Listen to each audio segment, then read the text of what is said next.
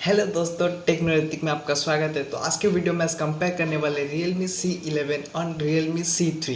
जो Realme C11 है जो 15 जुलाई को लॉन्च होने वाले इंडिया में, तो देखते हैं कौन सा स्मार्टफोन बेटर है, Realme C11 और Realme C तो अंडर 10,000 के अंदर।